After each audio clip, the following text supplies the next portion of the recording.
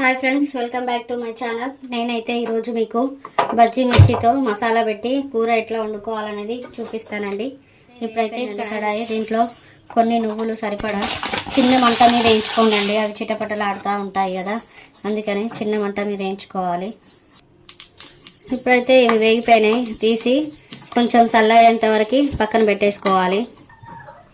చూడండి ఫ్రెండ్స్, ఇప్పుడైతే ఇవి చల్లయినాయి కదా, ఈ మిక్సీ జార్లో కొంచెం అంతా పచ్చి కొబ్బరి వేస్తున్నానండి. మీ దగ్గర ఎండు కొబ్బరి ఉన్నా వేసుకోండి, బాగుంటుంది.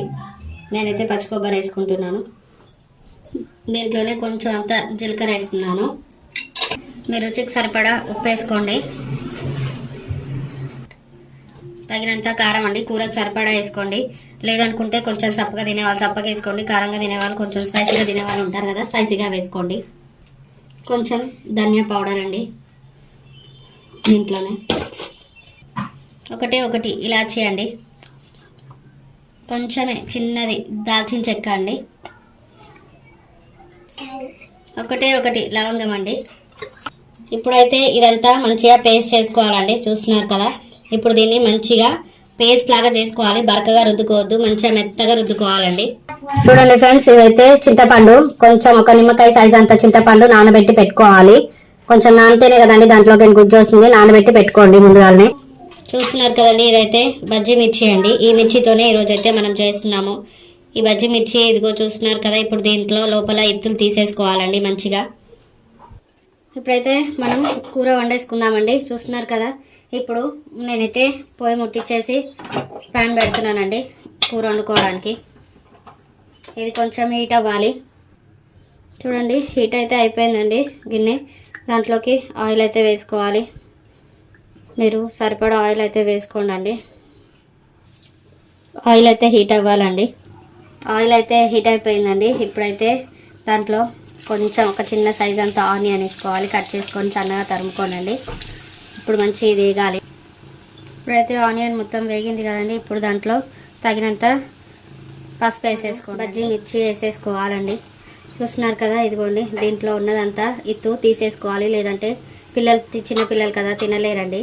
చిన్నపిల్లల కోసమే కదా మనం ఏం చేసినా మన పిల్లల కోసం తినాలని చేస్తాం కదా, అందుకోసం అనేసి ఇదిగోండి దీంట్లో ఉన్న గింజలు అయితే తీసేసుకోవాలి. అందరు దీంట్లో ఇప్పుడు నేను చూపించిన గింజలు తీసేసుకొని పెట్టుకుంటారు కదా, దాంట్లో పెట్టుకుంటారు. మనం మిక్సీ పట్టుకుంది, నేనైతే అట్లా పెట్టనండి.